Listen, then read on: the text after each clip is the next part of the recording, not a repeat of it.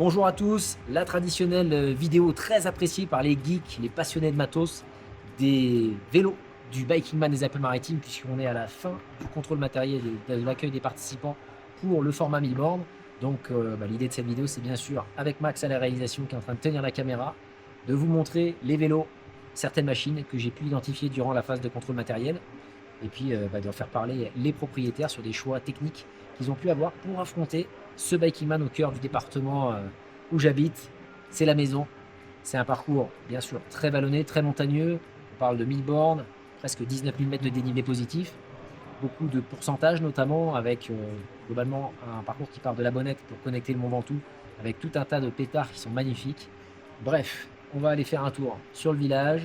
Vous voyez derrière moi la préparation des balises GPS. Prenons la direction du parc vélo pour aller à la rencontre des propriétaires. Allez, première machine avec, non pas Nicolas, mais son vélo. Je connais Nico parce qu'on a partagé un BRM, un brevet ensemble. Ouais, c'est vrai, un sacré brevet de 200 bornes. Bon alors Nico, c'est ton premier Bikingman. c'est le premier. Ouais. Tu pars avec une belle machine. Est-ce que tu peux nous présenter ton vélo, le matériau, tes arbitrages de sacoche, quelques éléments un peu techniques? Ok. Je vois qu'il y a des clins d'œil photos, tout ça. Bref, ta personnalisation finalement qui va intéresser la communauté Bikingman pour comprendre comment est-ce que tu envisages ce défi du Bikingman des Alpes-Maritimes. Ok, alors je suis passé sur un Scott Addict RC de 2022 sur un taille 54. Je fais 1m80. Je suis en Ultegra 52-36 et 11-30 pour derrière. Grosse bracasse. Donc j'avais peur de monter le 32. Mon vélociste il m'a dit la chape ça peut casser si tu mets du 32. Donc j'ai joué la sécurité. Sur les sacoches, j'ai longuement hésité. Je les ai pris cette année sur des Cyclite. Qui sont, je pense, hyper faciles et qui sont blanches. Je me suis dit pour la nourriture, le blanc, ça peut toujours aussi être un avantage. Avec un peu de haute visibilité partout, hein. C'est aussi une des particularités de cette gamme. Ouais, également, c'est vrai. Et j'ai longuement hésité à prendre celle du dessus, mais pour le poids que ça fait, finalement, j'ai pas fait l'impasse de ne pas la prendre.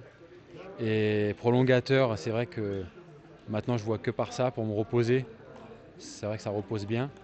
Je suis passé en lampe lésine à l'arrière comme à l'avant, avec des bonnes autonomies, et le compteur Dura aussi, je ne l'ai pas rechargé pendant un mois. Donc je pense que ça sera le bon compromis pour ce Bikingman. Et puis voilà, hein, le vélo, ça fait maintenant un an que je l'utilise, je suis confortable dessus, donc on verra bien ce que ça donne. Et un petit détail que je vois également sur les prolongateurs, qu'est-ce que tu nous as mis là? Ouais, j'ai mis mon fils, bon c'est une vieille photo que j'avais en petit format, donc je l'ai mis dessus pour penser à lui et ma femme, qui n'ont pas pu venir parce qu'on a 3 chiens à la maison, donc ça aurait été un peu sportif à Valberg pour elle. Mais voilà. C'est ton amulette pour pouvoir te donner de l'énergie dans les moments difficiles. Voilà. Donc en synthèse, une belle machine. Tu peux nous rappeler le poids à la pesée officielle? Alors le poids était à 11,8 kg. J'avais pas mis la nourriture, mais 11,8 kg. 11,8 kg sans eau, sans nourriture. Donc on est 2 kg plus léger que la moyenne constatée actuellement sur Bikingman des Alpes-Maritimes. Donc Nico, assurément, est bien optimisé. Bravo mon Nico pour ton défi. Essaie de rouler un peu moins fort que sur le 200. 300. Oui, écoute, tu avais fait le 300, toi, c'est vrai. Excuse-moi, tu avais fait le 300 bornes sur le BRM qu'on avait organisé. Je te souhaite bonne chance. Je te remercie, Axel. Merci. Allez, on va continuer parce que j'aperçois une machine là dans le parc qui m'intéresse. On va aller voir ça de plus près. Allez, je vous avais promis un titane, clin d'œil à un de nos partenaires, Chirou, puisqu'il nous aide de nouveau sur le Bikingman 2026. On est sur le cadre Chirou Allure, donc qui est destiné au gravel race, mais également aux courses d'endurance sur la route. Là, il est monté dans une configuration vraiment très confort. C'est la configuration personnelle du président, c'est mon Chirou Allure, ça. La particularité, c'est qu'il a la dernière fourche carbone à l'avant. Je reste sur une tige de selle titane. On a ici une potence carbone, donc j'ai essayé de mélanger à la fois le confort du titane et un petit peu le rendement du carbone. On a des pneus de 40 mm qui permettent de passer partout. Transmission monoplateau avec un 40 dents à l'avant et la cassette en 51 dents à l'arrière du groupe GRX, qui est un groupe cette fois électrique. Et ensuite, je suis dans une configuration bikepacking très légère. J'ai déjà pas mal roulé avec cette allure sur de la route. Une sacoche de 12 litres à l'arrière, une sacoche de selle, une sacoche de cadre pour toute la partie matérielle. Et dernière particularité de cette allure, il est configuré avec les roues Dynamo 2 DT Suisse en combinaison avec le dernier phare Exposure qui est équipé d'une batterie. Donc là, ça permet de pouvoir être autonome toute la nuit en fonction du pédalage, de bénéficier en permanence de l'éclairage, mais également de la capacité de recharge en USB-C sur ce phare qui a également en duo un phare arrière qui clignote cette fois. C'est une nouveauté chez Exposure. Donc là, on est vraiment sur une config confortable. Il lui manquerait pour le Bikingman des Alpes-Maritimes des prolongateurs, c'est ce que j'ajouterais pour pouvoir gagner en confort et être sur un vélo qui permette de pouvoir gravir toutes les bosses avec les braquets, avoir du confort avec les pneus, garder bien sûr le confort du titane avec un petit peu de rendement amélioré avec la fourche carbone. Voilà le Chirou Allure que je pourrais emporter potentiellement sur ce Bikingman des Alpes-Maritimes. Allez, on termine le clin d'œil à notre sponsor Chirou et on va aller voir un autre vélo qui vaut son pesant d'or parce qu'on connaît un peu le propriétaire qui a déjà participé au Bikingman France et Alpes-Maritimes et qui n'a jamais réussi à le terminer. On va aller le voir.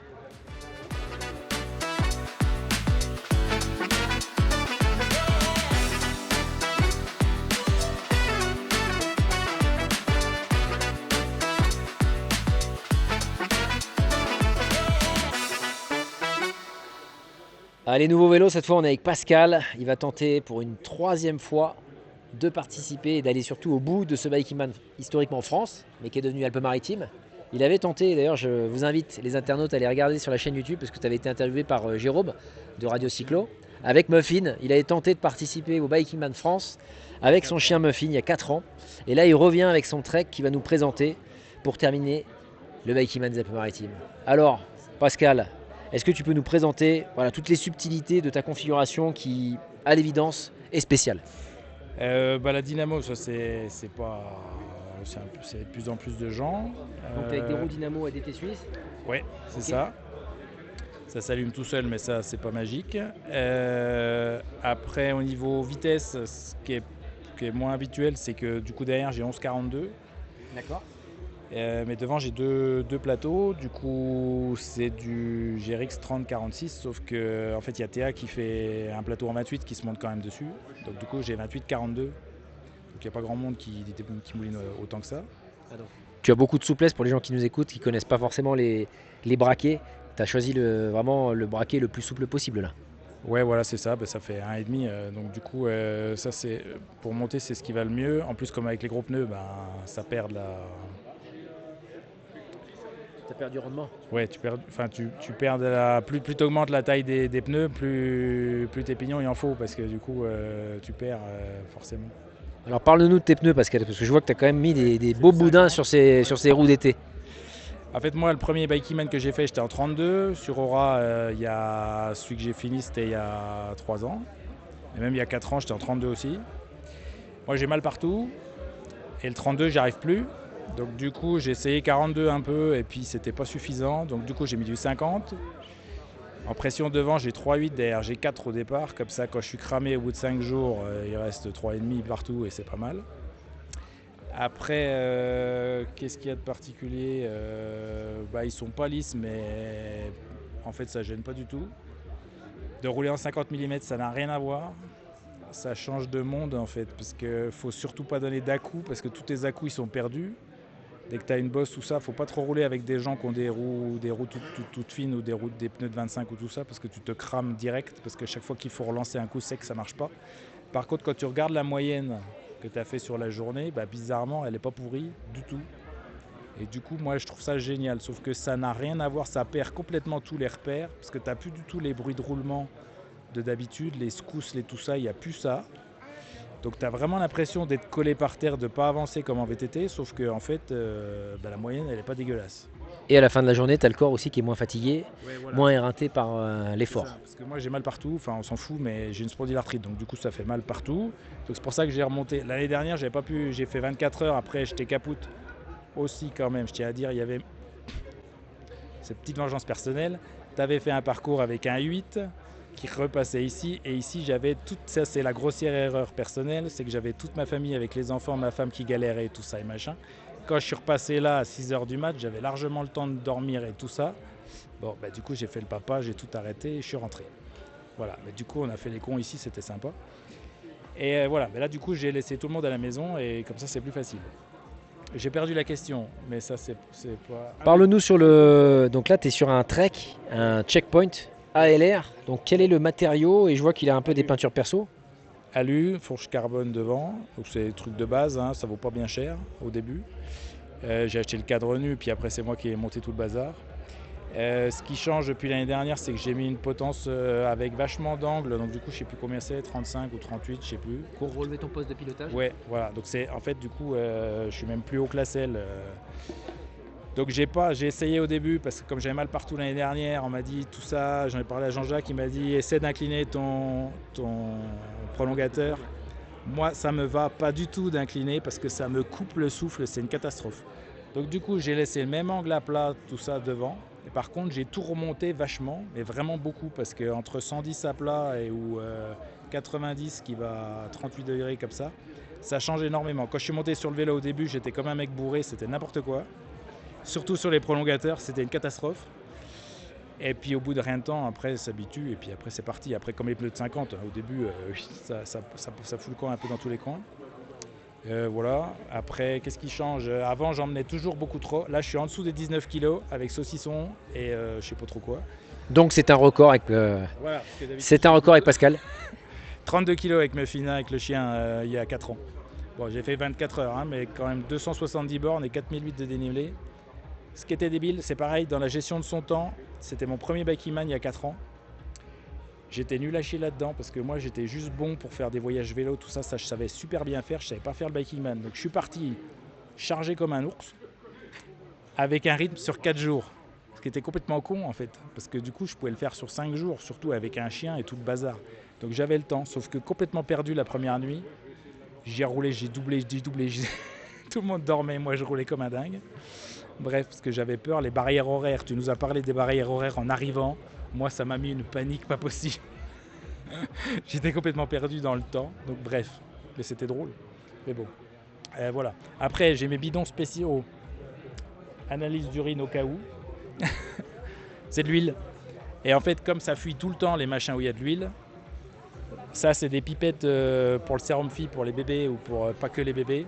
Ça va vachement bien, tu t'appuies, il faut vider l'eau avant, tu appuies, tu mets ça dans l'huile, hop, tu relâches, ça se remplit tout seul, un coup de scotch. Et comme ça, quand on se prend une rincée ou tout ça, ou quand on met 5 jours pour arriver au bout, de temps en temps ça couine. Il n'y a pas que le bonhomme qui couine. Mais... Donc ça permet d'huiler ta chaîne. Voilà, quand il y a besoin. Et qu'elle soit et accessible facilement. Quoi. Donc quand ça fuit, tu n'en as pas partout. Tu vois, parce que chaque fois que ça fuit, sinon c'est la merde. Enfin, chaque fois que j'en ai mis dedans, il y en avait au fond de la sacoche, mais pas sur le vélo. Donc en résumé, spondylarthrite quand même, très important à mentionner, clin d'œil à une personne qui m'est très chère, c'est quand même costaud de faire ce type de défi, parce que ça implique quand même pas mal de souffrance, donc tu as accès toute ta machine, tous tes choix, vélo, pneus, roues, poste de pilotage, selle également, sur le confort, de manière à pouvoir repenser un peu le logiciel initial. Quoi. Il n'y a personne qui roule avec une selle comme ça, SMP Trekman, je crois que ça s'appelle, c'est une selle de voyage. Moi je suis à Venise, aller-retour depuis Lyon. Tout seul, avec 50 kg sur le vélo, ça fait pas mal au cul. Et par contre, c'est lourd comme un poney. Mais bon, j'arrive quand même à 19 kg avec de la bouffe et plein de conneries. C'est une très grosse progression, Pascal. Très très grosse progression par rapport à ton biking man il y a 4 ans. Voilà, exactement. Le chien, je me suis fait une raison. Voilà. Et accessoirement, parce que tant qu'on parle de la santé, moi je suis Asperger aussi. Je suis autiste Asperger, ça se voit pas sur ma tête. Et du coup, le contact avec les gens, c'est particulier au biking man, mais c'est particulièrement bien fait pour nous. Parce qu'on voit personne. Puis quand on voit quelqu'un, on est content de le voir. Parce qu'il n'y a pas foule en fait. L'année dernière, j'ai fait la Grand Fundo Ventoux. Ça m'a tué, 4000 personnes.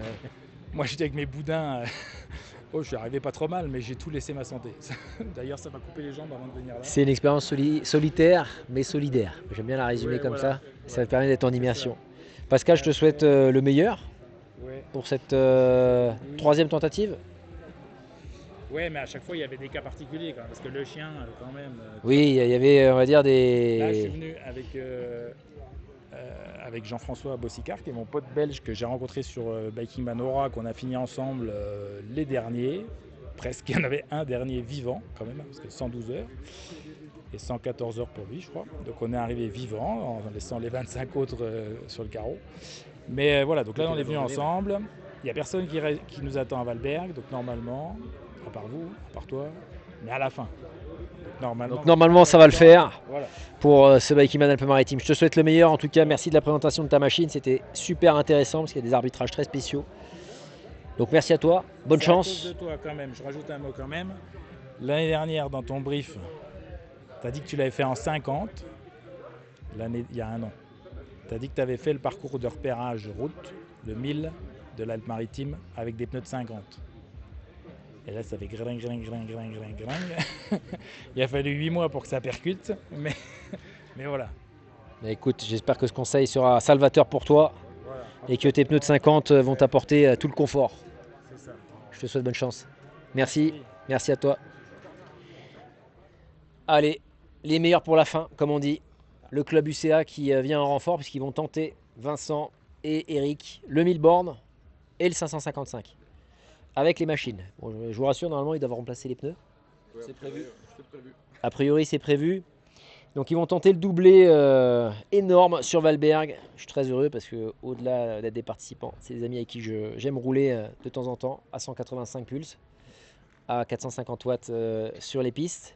Donc on va commencer par l'ami Vincent. Vincent, est-ce que tu peux nous présenter rapidement ta machine? Toi, tu as pas mal d'expérience maintenant en ultra, tu as fait quand même beaucoup de choses. Du Bikeman, tu as fait de la race cross aussi.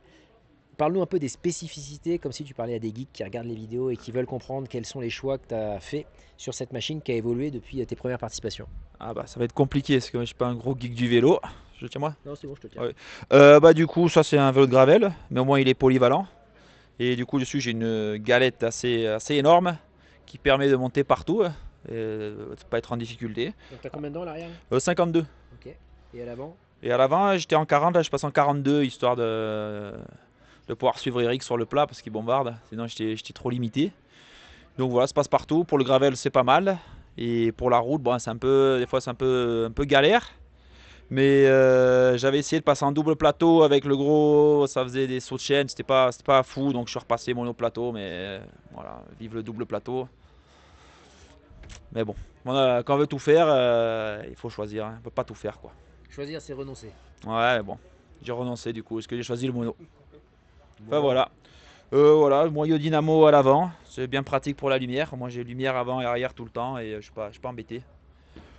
Et voilà, après, ouais, Côté poste de pilotage, tu peux nous le présenter très Ah. rapidement là, parce qu'il y a des petites subtilités. Ah bah il y a les prolongateurs là, depuis que j'y ai goûté, là, même en montagne c'est indispensable pour moi, comme ça dès que ça fatigue un peu le dos ou quoi, c'est position de repos. Tu as des shifters là? Eh oui, Shifter Pro. Tu peux changer les vitesses directement? Ah oui, je l'avais pas là, sur la RAF et sur ces longues parties plates là dans le nord de la France, c'était invivable, là, ça remontait, il fallait enlever les mains, t'étais calé, non, c'était. Donc dès que je suis pas chez SRAM, c'est facile parce que c'est sans fil, il n'y a pas grand chose à faire et maintenant je n'y changerai plus. Voilà. Donc, support ici pour ton téléphone. Quadlock, ouais, s'il tient le coup, parce que là il a des soucis de surchauffe, donc j'espère qu'il va tenir le coup, mais voilà, c'est le but. Et s'il chauffe trop, je le mettrai dans la sacoche. Ok, donc tu as vraiment centralisé toute ta partie navigation, GPS et téléphone aussi, ouais. sur ton poste de pilotage, donc tu es totalement autonome là-dessus. Je vois que tu as un câble également, ça c'est pour Ça c'est pour la dynamo. pour la dynamo et pour la lumière. tu as de la recharge aussi J'ai de dessus? la recharge avec la dynamo, soit j'ai le petit interrupteur, soit je switch lumière ou powerbank, et donc soit je charge la powerbank qui me recharge le téléphone. Soit Attends, mais tu me dis que t'es pas un geek, Vincent, mais tu as un interrupteur, deux interrupteurs, trois interrupteurs. Je suis un électricien, c'est pas pareil. Après, vélo, je comprends pas grand chose. Il y a un moteur là-dedans ou... Pas encore. Mais pourtant, à l'origine, ils font des vélos électriques. Bon, ils sont un peu lourds, mais. Ah ouais, mais bon, s'il y a de quoi les recharger. Mais bon, non, il n'y a pas encore, on verra ça dans quelques années. Hein, quand la bedaine aura poussé. Merci, mon Vincent. Belle configuration. À la pesée officielle, t'étais à combien? J'étais à 14 kg. Mais après, je suis bien chargé en bouffe et voilà. Donc 14 kg sans eau. Il est au poids moyen, finalement, de ce qu'on trouve sur ce Bikeman Alpes-Maritimes. Allez, on va passer sur Eric. Alors, pas sur lui, mais sur son vélo, pour qu'il puisse nous présenter son très bel Officine pour terminer sur une belle machine d'épicurien du vélo. Vas-y, mon Eric, présente-nous ta machine. Alors du coup c'est un Officine Santiago en acier inoxydable. Je l'ai depuis 6 mois environ et donc c'est un vélo de gravel. Et là comme Vincent on a pris les roues de route en pneus de 32 je crois pour toi aussi Vincent. Et voilà, je suis en double plateau en GRX DI2 avec une cassette. J'ai monté une cassette 11-39 derrière. Normalement, Shimano il préconise 11-36 au maximum. C'est pas grave, il regarde pas ses vidéos et c'est bien d'avoir des personnalisations. Exactement. Et donc 11-39 ça passe même 11-40 et comme on fait le 1000 et le 500, je voulais un truc un peu plus souple. Et double plateau parce que je voulais quand même aussi un peu pouvoir rouler sur le plat pour tirer Vincent sur le plat. Et il me tirera en montée. Côté éclairage, si je ne m'abuse, tu as fait des choix aussi qui sont intéressants parce qu'on en a parlé en off. Est-ce que tu peux nous présenter voilà, ta solution éclairage et gestion de l'énergie? Du coup, comme Vincent, je suis en moyeu dynamo avec la lampe exposure Revo 5, la dernière, avec une batterie tampon à l'intérieur qui permet d'avoir moins de scintillement quand tu roules à faible vitesse.